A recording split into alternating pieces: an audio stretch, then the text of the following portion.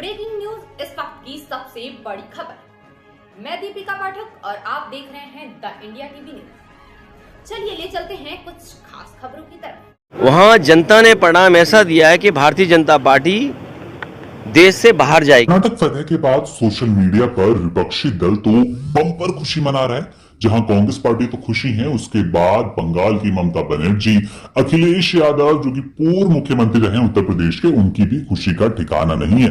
इसके साथ साथ उन्होंने निकाय चुनाव पर भी बड़ी बात रखी, जो वीडियो हमने आपको पहले भी दिखाई, प्रेस कॉन्फ्रेंस भी थी उनकी।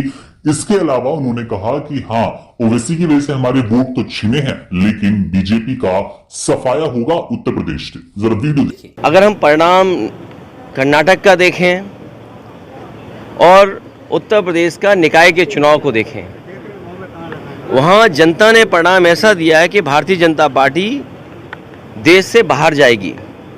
और जो निकाय चुनाव में थे, अधिकारियों ने अगर बेईमानी न की होती और जिस तरीके से जगह जगह से सूचनाएं मिल रही हैं, अधिकारी खुलेआम हस्तक्षेप कर रहे थे। वोटर लिस्ट से लेकर के सरकारी कर्मचारियों का व्यवहार और सरकार का दबाव ये बता रहा है कि आने वाले समय में भारतीय जनता पार्टी न केवल जहां कर्नाटक से साफ हुई है, उत्तर प्रदेश या अन्य राज्यों से भी भारतीय जनता पार्टी का सफाया होगा। अच्छा, जिस तरह से MIM पार्टी और आम आदमी पार्टी ने मुस्लिम वोटों का ज़्यादा ध्रुवीकरण हुआ है उससे, तो समाजवादी पार्टी की आगे 24 को लेकर लड़ाई क्या रहेगी? मैं आपसे कहूँगा कि जिस तरीके से आप पढ़ रहे हो और देख रहे हो और डेटा को एनालाइज कर रहे हो, दोबारा पलट करके देखिए। कई बार भारतीय जनता पार्टी सीधे लड़ती है और कई बार भारतीय जनता पार्टी कुछ दलों को आगे करके लड़ती है। इसलिए आपको इन चीज़ों को सोचना पड़ेगा। राजनीति करने वाले लोग और जो दल हैं पॉलिटिकल, वो जानते हैं कि आने वाले समय में किसके साथ रहने से और किसको हराने से देश का लोकतंत्र बचेगा। और आने वाले समय में जिस तरीके से कर्नाटक में बदलाव हुआ है या उत्तर प्रदेश में आज भी अगर मैं हिसाब किताब वोटों का लगाएं, जितना जन समर्थन लगातार समाजवादी पार्टी का बढ़ा है। अगर हम मेयर के चुनाव का देखें, पिछले चुनाव से तुलना करें तो वोट बढ़ा है और कितना परसेंटेज बढ़ा है आपने देखा है। उसी तरह नगर पालिका में परसेंटेज बढ़ी है वोटों की, टाउन एरिया में परसेंटेज वोट बढ़ी है। तो अगर हम शहरों में बढ़ रहे हैं और गाँव में जो हमारी पार्टी का बेस पहले से इंटैक्ट है, तो भारतीय जनता पार्टी बेईमानी नहीं करेगी तो सफाया होगा।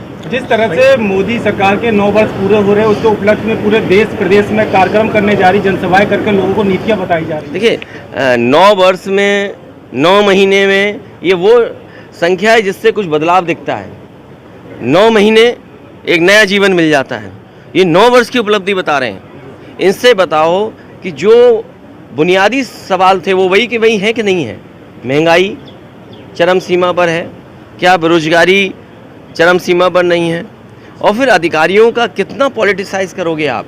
जो पार्टी अपने आप को ये कहती थी कि हम अधिकारियों को पॉलिटिसाइज नहीं करते, अधिकारी बड़ी संख्या में भारतीय जनता पार्टी के कार्यकर्ता बनकर के काम कर रहे हैं। तो क्या लग रहा है कि जनता की समस्याओं को लेकर खड़े उतर पाए हैं सरकार? देखिए, आपको याद होगा धुएं के लिए सुप्रीम कोर्ट को हस्तक्षेप करना पड़ा और इस देश के वो प्रधानमंत्री हैं या वो बीजेपी है जिसने सबसे ज़्यादा झाड़ू उठाया।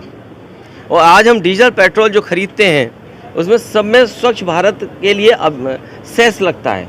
अगर डीजल पेट्रोल से पैसा इकट्ठा किया जा रहा है, नमामि गंगा में पैसा दिया जा रहा है, तो ये सवाल वही का वही खड़ा है, क्या कूड़े का निस्तारण इनकी सरकार में ठीक होगा कि नहीं होगा? नालियाँ साफ़ होंगी कि नहीं होंगी? तो शहरी समस्या अलग हैं, हमारे किसान की समस्या अलग है। किसान की कोई गेहूँ खरीद नहीं हुई, जैसी की जो महंगाई थी वैसी दिख रही है, जो तकलीफ है वैसी दिख रही है। तो क्या बदला है 9 साल में? जिस तरह से बीजेपी पूरे प्रदेश में जहां जहां सीटें हारी उसको लेकर समीक्षा कर रही है और वहां की जो सांसद विधायक उनसे रिपोर्ट कार्ड मांग रही है, आखिर हारे क्यों? उन्हें समीक्षा इस बात की करनी चाहिए थी कि उन्होंने कितने अधिकारियों से बेईमानी कराई। सहारनपुर में एक अधिकारी ने निष्पक्ष होकर के उसका रिजल्ट दे दिया, तो उसे शंटिंग कर दी, उसे छुट्टी भेजने की तैयारी है। और तमाम अधिकारी ऐसे हैं जो बीजेपी के लिए काम करते रहे, काउंटिंग से लेकर के काउंटिंग के बाहर स्थलों पे। और पत्रकार साथियों, आप सब वो बातें जानते हो।